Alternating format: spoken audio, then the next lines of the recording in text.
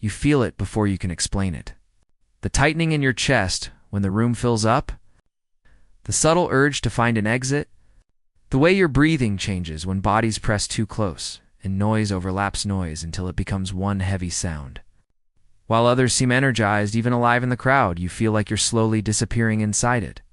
If you've ever wondered why crowded places drain you, unsettle you, or make you want to vanish without making a scene, this isn't about weakness. It's about how deeply you feel the world. People who hate crowded places are often told they're anxious, antisocial, or overreacting. But that explanation barely scratches the surface. Because what you're experiencing isn't just discomfort, it's your nervous system speaking a language most people never learn to hear. Crowds aren't just people.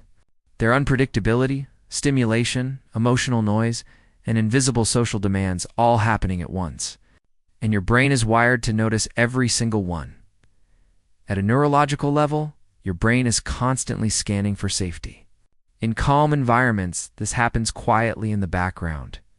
But in crowded spaces, the alarm system turns up its volume. Too many faces to read. Too many movements to track. Too many emotional signals colliding. For people with sensitive or highly perceptive nervous systems, this isn't background noise, it's overload. Your brain doesn't know which signals matter, so it treats everything as important. This sensitivity often starts early. Many people who hate crowds grew up learning to read rooms before they spoke. You may have learned to sense mood shifts, tension, unspoken rules. Maybe you needed to stay emotionally safe. Over time, that awareness became automatic. You don't just see people, you feel them. And in a crowd, there's too much to feel at once. There's also a quieter truth beneath the surface. Crowds erase individuality. They blur faces into masses. For someone who values depth, meaning, and authentic connection, that can feel unsettling. You don't want to be a body in a sea of bodies. You want to be seen, known, understood, and crowded places rarely offer that. They ask you to perform, to navigate invisible social rules. To exist without grounding, psychology often links crowd aversion to introversion, but that's only part of the story. Introversion is about how you recharge. Yes, but this goes deeper. This is about emotional permeability. Your brain doesn't filter stimulation efficiently.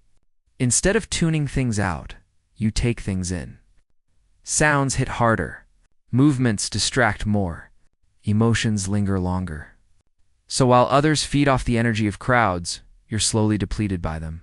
And yet, there's a strange guilt that comes with this. You watch people thrive in concerts, festivals, packed rooms. You wonder why you can't just relax. Why your body reacts before your mind has time to reason. You may even push yourself to stay longer than you should, afraid of seeming rude or broken. But your body always tells the truth first. The exhaustion, the irritability, the need to retreat and recover.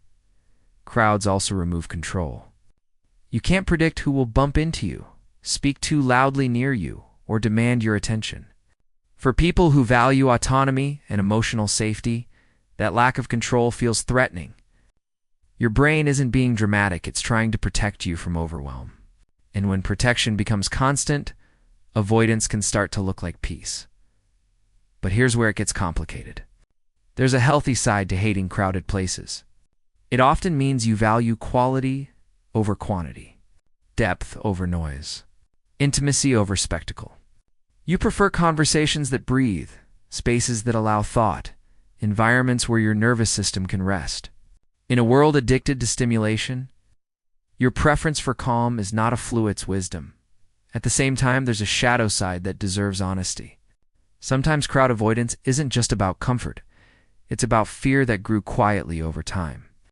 Each time you leave early and feel relief, your brain learns that escape equals safety. The outside world becomes sharper, louder, more threatening than it actually is. Not because it changed, but because your tolerance shrank. This is how the world slowly gets smaller. Not suddenly, not dramatically. Just one declined invitation at a time. One exit strategy too many. And while your home or quiet spaces feel like refuge, there can also be a subtle sadness underneath. A sense that life is happening somewhere else, behind glass. People who hate crowded places often live between two truths. You don't want chaos, but you don't want isolation either. You crave connection, just not at the cost of your nervous system. You want presence, not pressure. Belonging, not blending in. And that's a hard thing to explain in a culture that equates loud with alive. There's also empathy at play. Crowds magnify emotions. Excitement turns manic. Stress turns contagious. Anger spreads faster than reason. If you're empathetic, you don't just witness this, you absorb it, you carry it home with you. And over time, your mind learns that crowded places aren't just tiring, they're emotionally expensive. But listen closely to this part. Guess it matters. Hating crowded places does not mean you're meant to hide from the world. It means you need to engage with it on your own terms. Slowly, gently, with respect for your limits. Growth doesn't come from forcing yourself into overwhelm.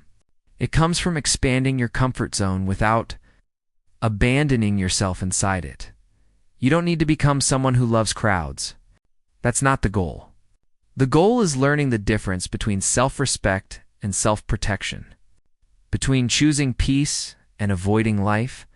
When you honor your nervous system while still allowing curiosity to guide you, something shifts. You stop fighting yourself.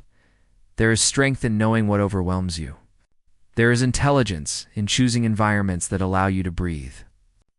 And there is courage in gently questioning whether avoidance is still serving you or if it's time to let a little more life in. On your own terms, you are not strange for wanting space.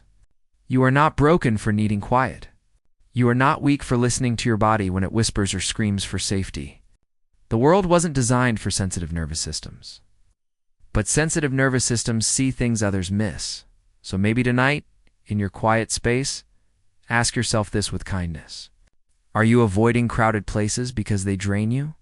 Or because you've learned to fear your own intensity inside them? And what would it look like to honor your sensitivity without letting it shrink your life?